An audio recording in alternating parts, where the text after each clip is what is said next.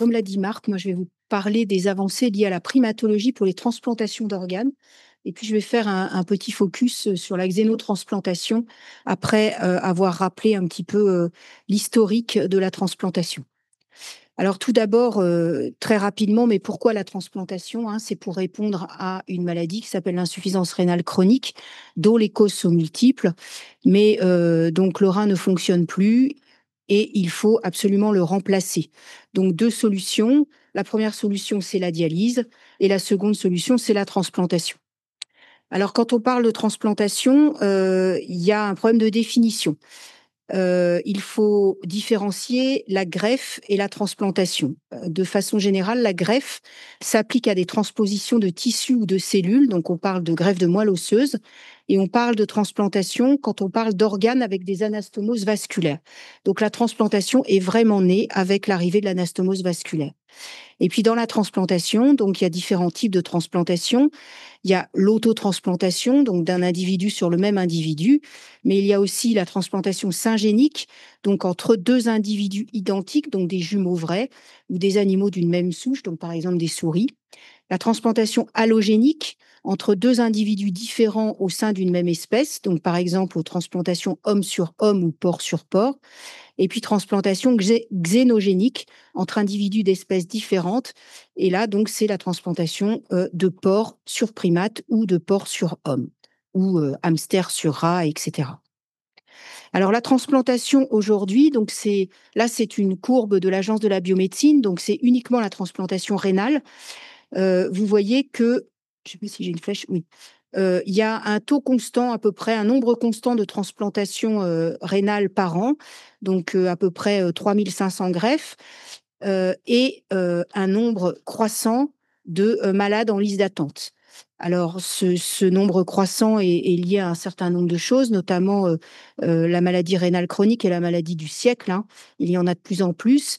Et puis, il y a aussi que, et heureusement, la greffe est liée aussi au nombre de décès, puisque la majorité des greffes viennent de donneurs décédés, et heureusement, ce chiffre n'augmente pas trop. Donc, il faut trouver des alternatives. Alors, il y en a plusieurs. Il y a l'optimisation des prélèvements pour essayer d'avoir des greffons qui vont être de meilleure qualité pour pouvoir permettre à la greffe d'aller plus longtemps. Il y a aussi l'amélioration des traitements immunosuppresseurs qui aujourd'hui ne sont pas capables de contrecarrer un rejet chronique. Il y a aussi le développement de la greffe de donneurs vivants. En France, très peu développé, hein, moins de 20% dans les plus grands centres, alors que si on regarde nos voisins, comme par exemple les Pays-Bas, on est à plus de 60% de greffe de donneurs vivants. Et puis aussi, il y a la xénotransplantation. Donc, les raisons du regain d'intérêt récent pour la xénotransplantation, c'est, comme vous l'avez compris, la pénurie d'organes. Mais c'est pas que ça, c'est aussi le fait que on s'intéresse beaucoup au porc quand on pense à la xénotransplantation et qu'il y a un certain nombre d'applications de nouvelles technologies qui sont applicables au porc, sur lesquelles on va revenir, et notamment la transgénèse, le clonage et la thérapie génique, qui permettent d'avoir des porcs qu'on essaye d'adapter à une greffe humaine. Donc, comme on l'a dit tout à l'heure, la transplantation, elle commence au début du XXe siècle avec la mise au point de l'anastomose vasculaire, donc par deux grands professeurs, Jaboulet et Carrel, qui ont montré que il était possible de couper des vaisseaux et de les rabouter de façon différente, et surtout de rabouter des vaisseaux d'origine différente. Donc à partir de là, eh bien, est né le terme transplantation, et il y a eu énormément d'essais. Donc je vais vous en donner que quelques-uns qui ont un peu marqué l'histoire. Mais par exemple, ces premières expériences d'Alexis Carrel, qui avait fait des allotransplantations en faisant des greffes, alors d'abord de peau, puis ensuite de membres, de chiens noirs sur des chiens blancs, de chiens blancs sur des chiens noirs, avec malheureusement donc peu de réussite, hein, un échec assez rapide. Et puis, bon, il s'est beaucoup intéressé à ce phénomène, et en 1908, il a fait une autotransplantation qui a été absolument parfaite. Donc, chez un chien, il a enlevé son rein, il l'a retransplanté, et le chien est mort 28 mois plus tard d'une autre cause, et en tout cas pas de son rejet. Donc là, dans les années 1910, il y a vraiment eu une prise de conscience que il y avait des différences entre les greffes, que auto et allogreffe c'était pas la même chose et que le rejet n'était pas que d'origine technique. Et donc, à cette époque, il a écrit que d'un point de vue chirurgical, on pouvait considérer que le problème de la greffe d'organes était résolu, mais que d'un point de vue biologique, il se passait quelque chose entre l'hôte et le nouvel organe. Et c'est à partir de là qu'est né le concept de réaction allogénique. On a vraiment découvert que voilà, quand on fait une greffe chez un individu, eh bien cette greffe, elle est reconnue comme étrangère et donc elle est combattue par les cellules immunitaires de l'hôte qui va essayer de s'en débarrasser. Et puis bon voilà, plein d'expériences et puis une grande expé alors des grandes équipes, notamment en France, alors il y a eu les mêmes, hein, dans d'autres pays, hein. Donc dans les années 50, en 1951, donc 3 équipes parisiennes, qui font des transplantations rénales. À l'époque, on était très peu regardants, hein, les donneurs, provenaient de les reins provenaient de condamnés à mort ou de donneurs néphrectomisés. Énorme échec. Et puis en 1952, l'équipe de Hamburger, Weiss et Economos qui, greffe un jeune charpentier, donc là, une greffe de rein chez un jeune charpentier qui est tombé de son toit, qui était en choc urémique et on découvre à cette occasion qu'il n'avait qu'un rein. Donc il faut lui enlever son rein unique, il faut une transplantation dans l'urgence, donc transplantation du rein de sa mère et donc le jeune, charpentier est décédé 22 jours plus tard. Mais en fait, ça a été une énorme avancée parce qu'on s'est aperçu que, voilà, quand on faisait une greffe entre des parents qui étaient compatibles, qui avaient une parenté, beh, il y avait une plus grande compatibilité et ça tenait plus longtemps.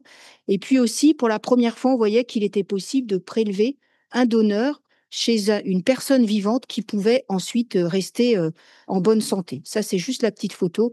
Vous devez être tous au courant, mais le professeur Hamburger était aussi le papa de Michel Berger qui avait, changé de nom, voilà. Et puis, voilà, grande expérience au Brigham Hospital à Boston en 54, donc greffe de rein entre des jumeaux monozygotiques, aucune incompatibilité antigénique et là, pas de rejet, donc succès prodigieux et donc ça va vraiment été les débuts de la transplantation, dans le cadre de quelque chose qui marche et surtout qui montrait que non seulement il y avait besoin de compatibilité, mais aussi de traitements immunosuppresseurs.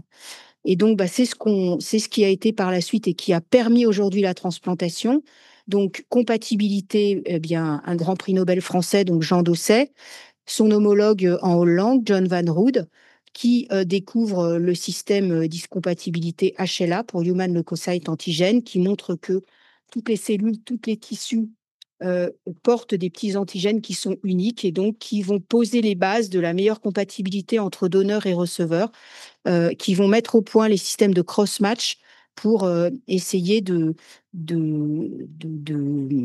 matcher les donneurs et receveurs, donc ce qui donnera plus tard les fichiers d'allocation des greffes.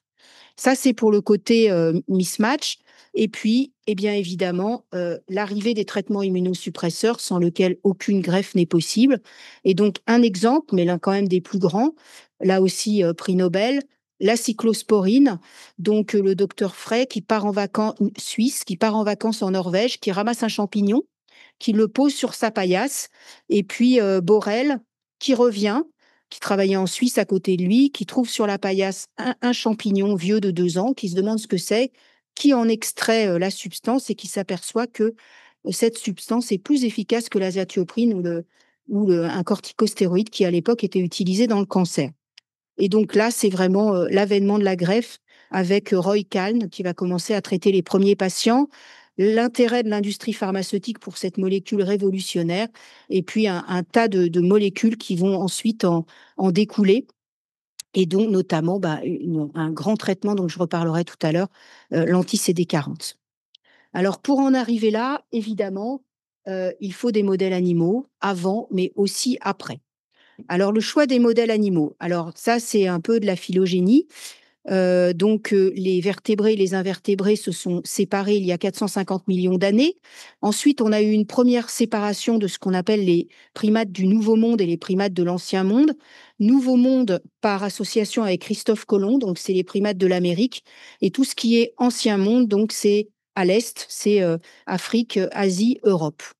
Puis 25 millions d'années, la séparation avec l'homme, enfin ce qui sera plus tard homme et macaque et babouins. Et puis ensuite, il y a 6 millions d'années seulement, l'homme et le chimpanzé. Alors ceci nous amène donc au choix de l'animal receveur. Et donc évidemment, quand on voit ça, on se dit que, le primate, est probablement le meilleur modèle préclinique de receveur. Et donc quand on voit cette phylogénie, on se dit que le meilleur receveur parmi les primates, c'est le chimpanzé. 99 d'homologie génomique entre un chimpanzé et un humain. Sauf que le chimpanzé est protégé par l'annexe 1 de la Convention de Washington. C'est une espèce en voie de disparition, comme tous les grands singes anthropoïdes, les éléphants. Donc, sauf cas très particulier, ça a été le cas pour les premières recherches sur le sida, on ne peut pas utiliser le singe, le chimpanzé en transplantation. Donc, on se tourne vers des cousins un peu plus lointains, qui sont le babouin et le macaque. Alors, quand on parle de xénotransplantation, évidemment, on parle de primates, mais on parle aussi de l'animal donneur. Alors, évidemment, on se dit, bah, les primates, ça serait quand même bien, on en est très proche. Non, pas possible pour différentes raisons. D'abord pour un risque viral qui est très important et qui n'est pas encore résolu aujourd'hui, hein. Il y a les rétrovirus, mais il n'y a pas que. Ça, c'est vraiment lié à la proximité d'espèces. Et puis, il y a aussi des problèmes éthiques évidents, hein. Vous l'avez bien vu, le singe est proche de nous. C'est pas notre ancêtre, hein, c'est notre cousin. Et donc, on s'est tourné vers le porc. Alors, le porc, pourquoi? Parce que élevage facile, une morphologie, une taille, une physiologie qui sont compatibles avec l'homme, hein. En transplantation, on dit souvent qu'un singe debout, la position des organes est très semblable à celle de l'homme. Un accès à la transgénèse, aux modifications génétiques, et puis, malgré cela, un risque viral qui reste, mais qu'on essaye de contrôler, et notamment ce risque viral qui est transmis par les porcs. Donc, c'est un risque individuel en tant que receveur d'organes, mais aussi un risque collectif à long terme. Et le plus grand risque aujourd'hui, c'est les rétrovirus endogènes du porc, donc les PERV. Donc, ils sont intégrés au génome sous forme d'ADN proviral, transmis de façon mendélienne. En transplantation, on le verra plus tard, c'est vraiment quelque chose auquel on fait très, très attention. Mais il ne faut pas oublier qu'il n'y a pas que le PERV, hein, il y a d'autres virus dont, pour certains, la transmission n'est pas encore très, très bien connue. Il y a beaucoup de recherches.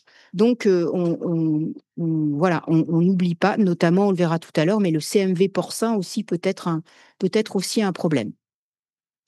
Alors, les primates non humains et l'homme et les perves, donc plusieurs publications ont montré qu'il était possible d'infecter des cellules de primates non humains et des cellules d'hommes avec le rétrovirus porcin.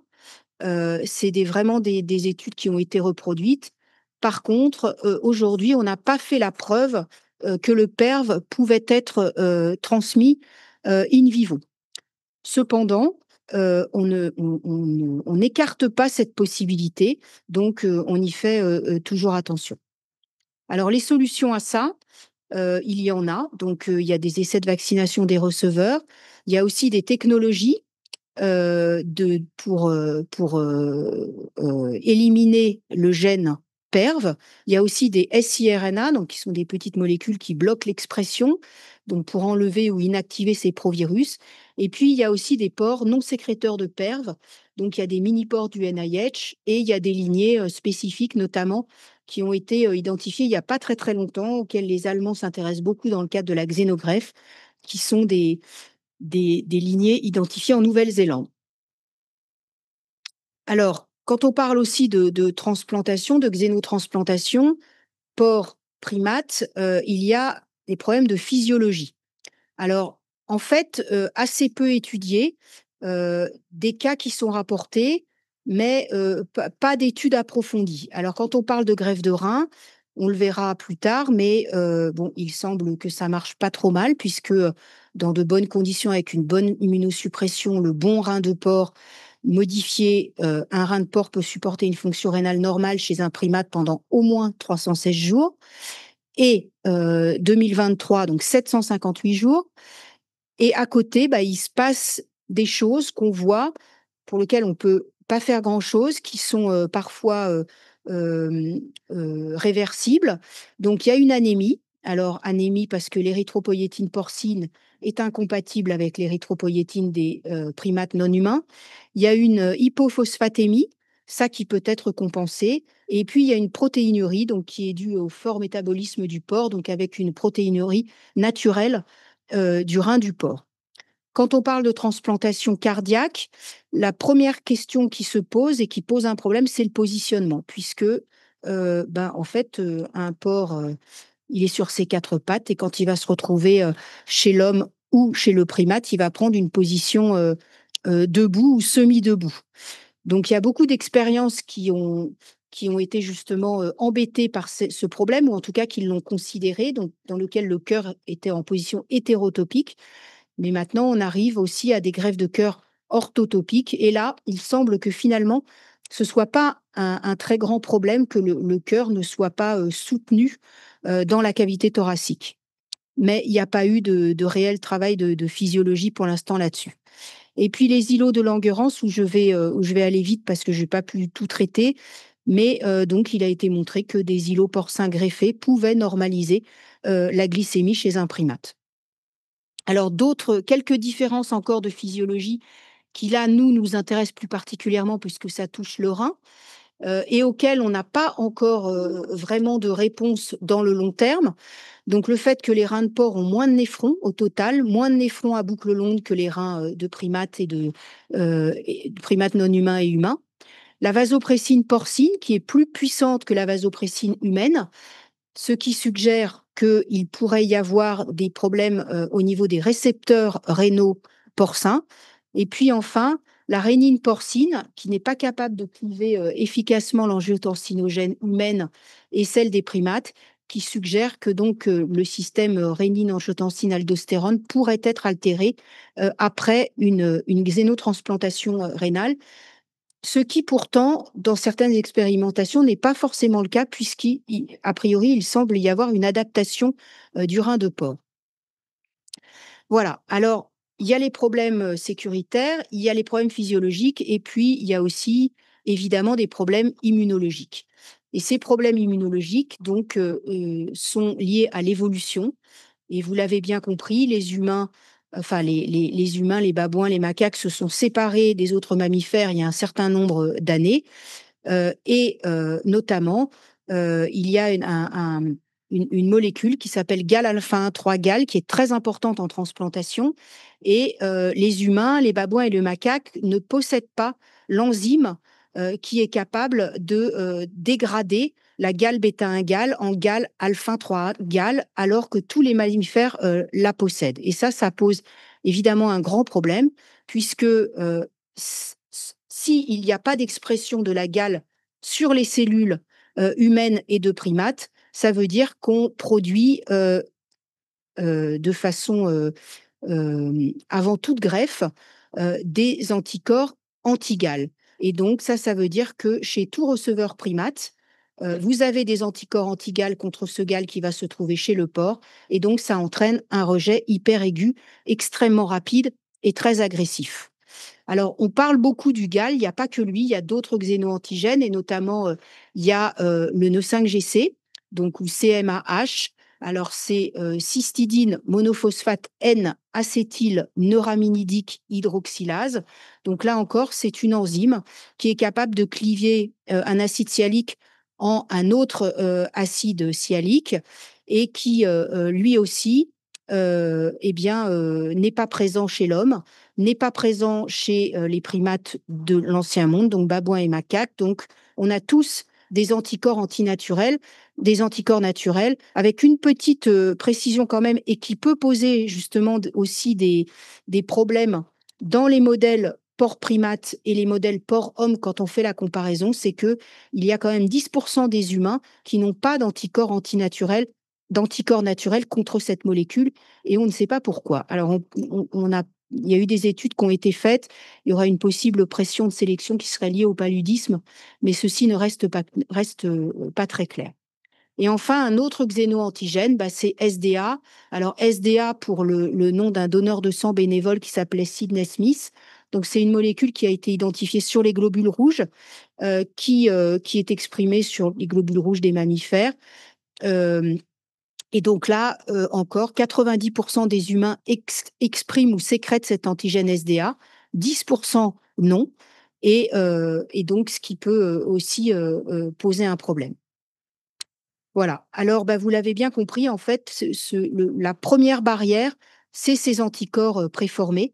Et donc, on parle d'une première dichotomie, en fait, en transplantation. On parle de combinaison discordante ou concordante. Discordante, c'est quand on a des anticorps préformés. Donc, exemple, porc sur primate, porc sur homme. Il y a des anticorps préformés, donc il y a un rejet hyperaigu. Si on passe cette barrière du rejet hyperaigu, il y a un rejet vasculaire aigu.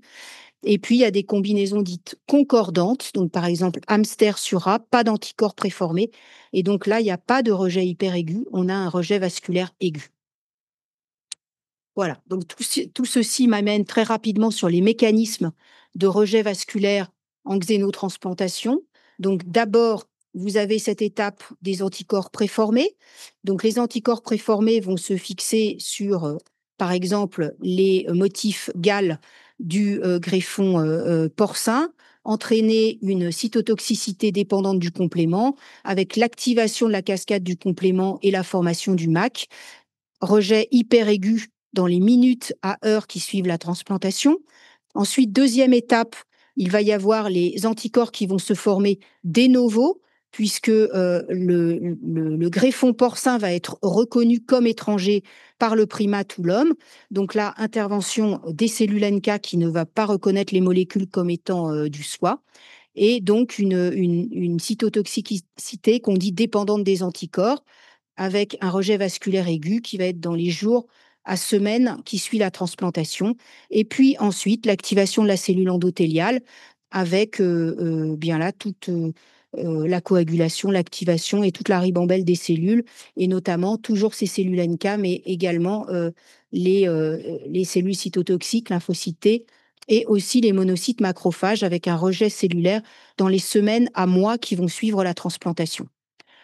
Donc là, voilà rapidement un rejet hyperaigu, hein, dans les minutes à heures qui suivent. Donc c'est une congestion hémorragique, le rein est gorgé d'hématie, il y a une nécrose diffuse, clairement il y a une rupture de la barrière endothéliale et le rein explose sur table avec, des signes humoraux, donc dépôt d'anticorps IgM et IgG contre les molécules qui sont, principalement les légales. Rejet vasculaire aigu, et bien là, c'est un petit peu plus, tardif, donc dans les jours à semaines, avec, une atteinte vasculaire et toujours, des composants tumorales. Alors les stratégies en xénotransplantation pour essayer de dépasser ces barrières, eh bien, c'est d'abord, une immunosuppression pour essayer d'éliminer les cellules qui vont produire des anticorps, donc les B, les cellules qui vont détruire le greffon, les T, inhibition de la coagulation, inhibition du complément. Et puis, ciblage des anticorps, anti-porcins, donc là, immunoabsorption, échange plasmatique, et puis aussi des techniques, pour essayer de faciliter, l'acceptation de l'organe, donc on parle d'accommodation ou d'induction de tolérance. Et puis on peut aussi manipuler le donneur, donc là, ben, en faisant de la transgénèse, donc en contrôlant le complément et en mettant dans le porc, des molécules de régulation du complément humain, ou alors en enlevant les anticorps qui sont présents, donc GAL, NE5-GC, etc. Donc voilà, bah ça c'est les premiers résultats. Donc protocole sur des primates, d'abord l'immunosuppression. Donc là vous voyez, donc greffe de porc chez un singe, on fait rien, rejet en 45 minutes. On met de la cyclophosphamide, corticostéroïdes, 6 jours. Protocole avec déplétion des anticorps et ou inhibition du complément. Là, pareil, hein, même traitement, mais avec un inhibiteur du complément, donc le CR1 soluble. Hop, on passe à 6 semaines, donc la même greffe, hein. Et puis après, ben, les utilisations des organes de porc transgéniques. Donc là, vous voyez Human DAF, Human CD59, il doit y avoir CD40, voilà, CD46, CD55. Donc toutes des molécules de régulation du complément humain. Et là, vous voyez qu'on ne parle plus en minutes, on parle plus en jours, mais avec des traitements immunosuppresseurs adaptés, on est à plus de 3 mois. Voilà, donc ça, c'était pour la transgénèse.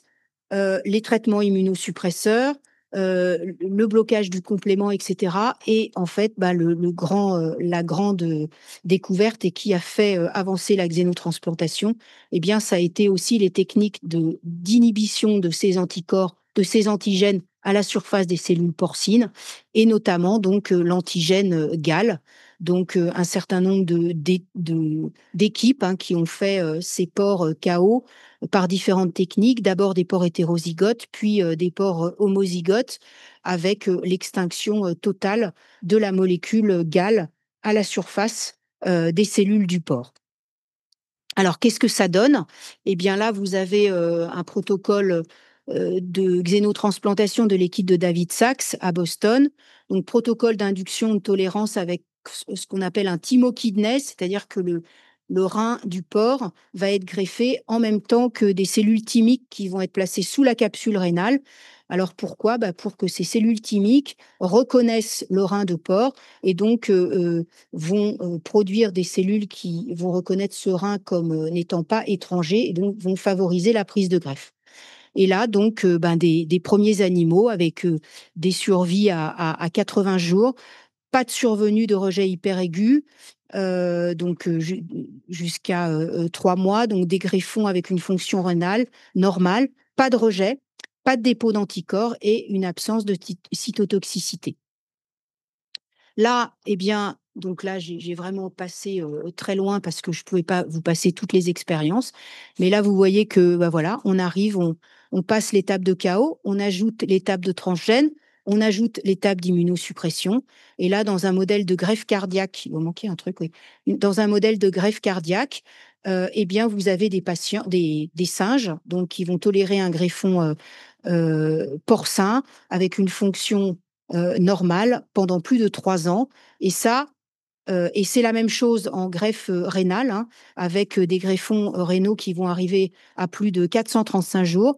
Et ça, c'est dû vraiment à la découverte d'un anticorps qui est très très puissant en transplantation et d'autant plus en xénotransplantation, qui est une molécule dirigée contre la molécule CD40.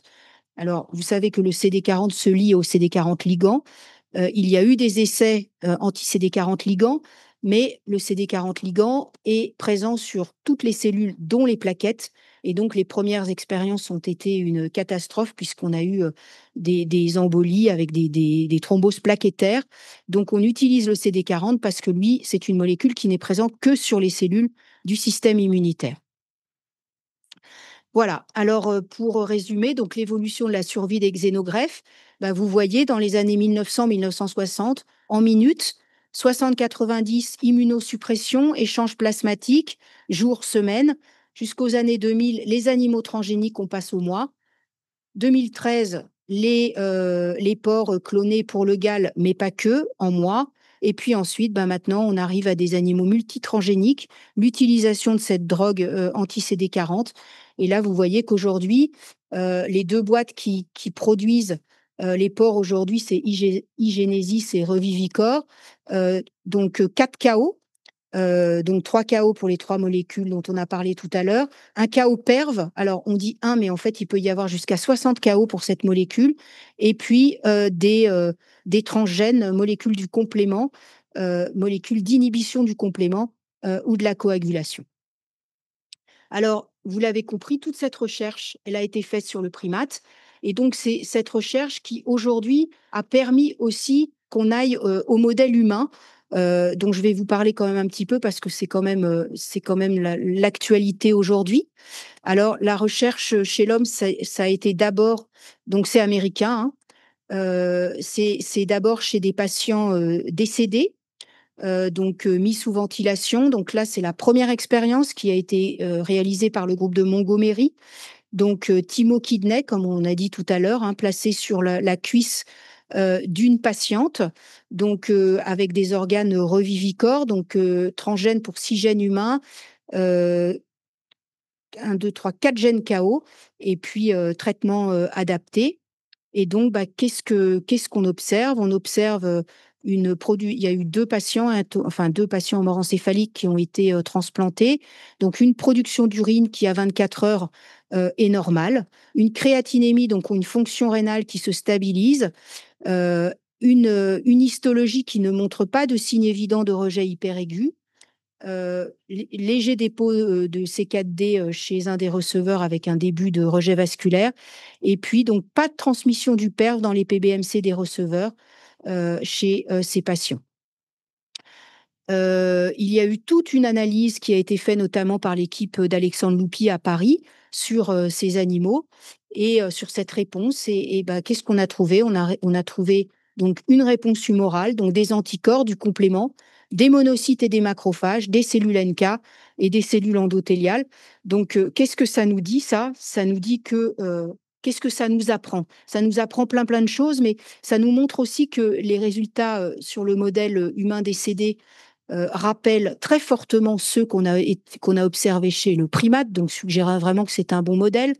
Le CD40 marche très très bien évidemment chez l'homme comme c'est chez le primate. Le rejet, l'obstacle majeur, je vous ai pas montré tout, hein, mais ça reste le rejet vasculaire. Comme on l'a vu tout à l'heure, des monocytes, des macrophages, du complément des cellules endothéliales, donc vraiment les événements classiques d'un rejet de xénogreffe. Des risques infectieux qui sont présents, hein. Pas de détection de PERV, mais on a pu détecter le CMV porcin chez un des patients. Et puis aussi, donc quelque chose sur lequel je ne suis pas revenue, mais qui font qu'aujourd'hui, on se dit le modèle primate est le meilleur modèle, mais pourtant il y a des grosses différences, et notamment la découverte récente que, alors que chez l'homme, on est d'emblée parti sur des triples KO sur les 3 molécules, eh bien, quand on regarde toute la littérature qui a été faite chez le primate, on s'aperçoit qu'on a pour beaucoup d'expériences, de meilleurs résultats avec les animaux simples KO GAL qu'avec les triples KO. Alors, ceci est dû à beaucoup de choses, notamment le fait qu'on a une cytotoxicité plus forte chez le primate contre les triples KO qu'on n'a pas chez l'homme, et aussi que quand on bloque comme ça des molécules antigéniques, ça peut aussi en mettre en évidence d'autres, en exposer, et ça semble, le primate semble très sensible à ces nouvelles expositions antigéniques. En tout cas, le train est en marche, et clairement, bah, voilà, ça a donné, là où on en est aujourd'hui, hein, c'est-à-dire, les premiers patients vivants qui ont été greffés, donc aux États-Unis toujours, greffe de cœur, survie à 60 jours, pas de signe, ni de dépôt d'anticorps, ni de rejet cellulaire. La même chose, en greffe de rein, chez un patient de 62 ans, avec une survie à 2 mois, et un patient qui n'est décédé d'une raison qu'on ne connaît pas pour l'instant, mais en tout cas, pas de son rejet. Voilà. Et enfin, bah, vous êtes sûrement au courant puisque c'est paru un peu partout sur tous les médias, mais l'ouverture du premier essai clinique qui va donc autoriser aux États-Unis la greffe d'abord chez 6 personnes en insuffisance rénale terminale d'un rein de porc modifié avec alors 60 modifications génétiques, mais en fait les 10 modifications génétiques dont je vous ai parlé, et les autres c'est des modifications sur les perves, et qui sera étendue à 50 personnes si ça marche. Voilà, merci pour votre attention.